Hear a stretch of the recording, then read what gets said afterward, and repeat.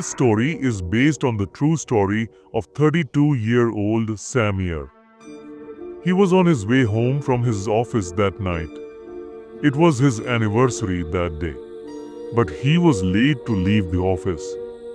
At home, his wife Rishima was waiting for him, but his bike wouldn't start. He thought it was time for the bus to arrive, so why not take the bus? As the bus reached the tent, thunderous clouds began to rain in the sky. And soon it started raining very heavily. Samir put his suitcase on his head and waited for the bus. Samir's clothes were getting wet when he was on top of him. The raindrops stopped falling. Samir looked to his side, and a man was protecting Samir from getting wet with half of his umbrella. Samir was very happy to see this, and he smiled at the man. The man was wearing gloves in his hands, a pair of dark glasses over his eyes, and a black hat on his head. So Samir found the man a bit strange to look at. It was then that the man looked at Samir and said, "This world is so strange, isn't it? Somewhere there is rain, somewhere there is dry, somewhere there is life, and somewhere there is death." Samir had no answer to this. He just smiled and shook his head. At the same time, Samir's phone was saved.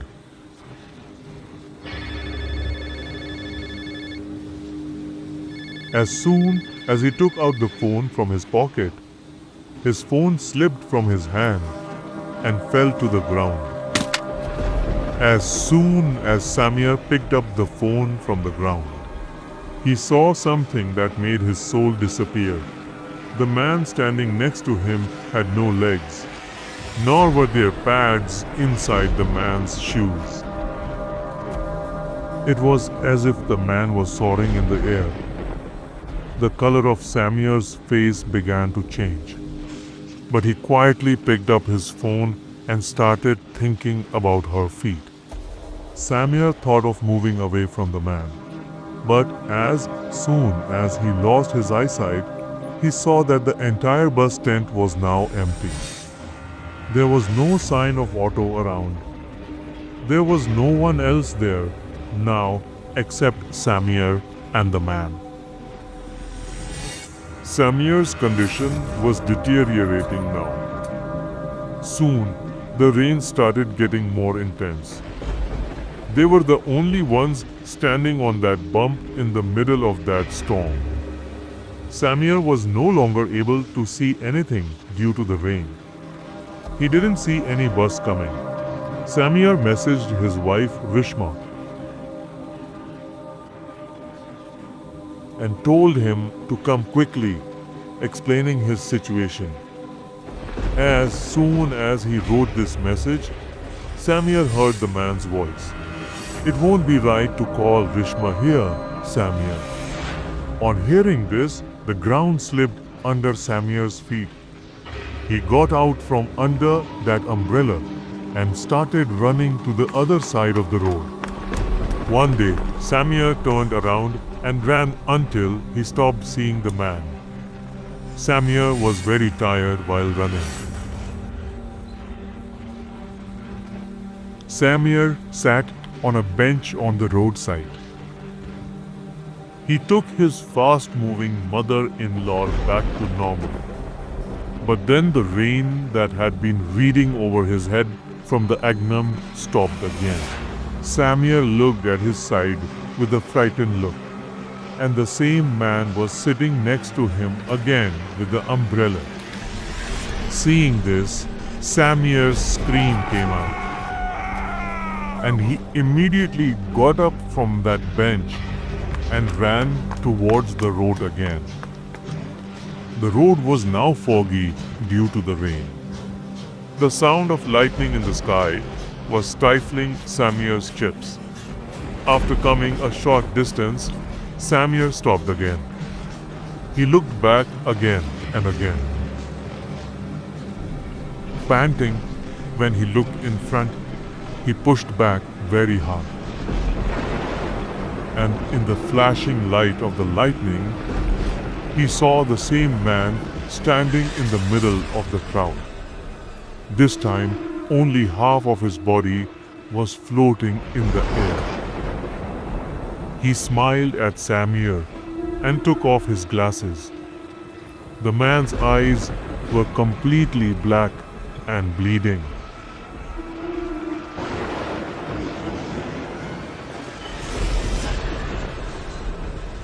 Then Samir heard the honking of a bus from behind. Samir turned around and saw a bus coming from behind. Suddenly, a crowd of people also started coming towards that bus. Samir could not see any other way to save his life. He ran to the bus. As soon as that bus came to that stand, everyone started pushing and trying to get into that bus. In the same scuffle, Samir in the midst of that crowd. He had people's feet all over his body, and Samir couldn't do anything.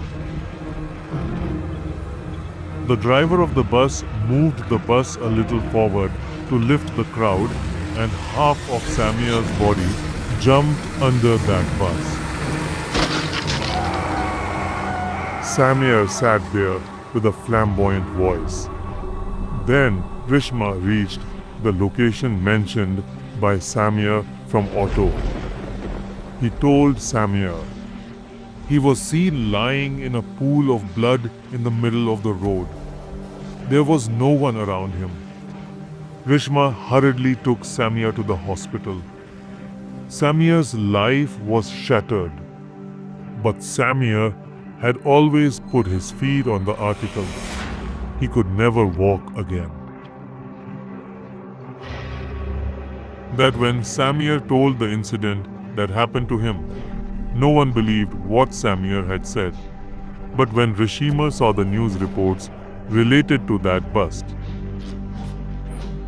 so his senses are up. Rishma saw that about 10 years ago, a man had died in a similar case, and since then, every year till date.